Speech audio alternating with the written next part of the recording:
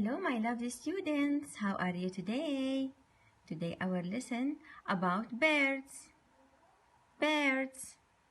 Birds have different shapes. Look at the picture here.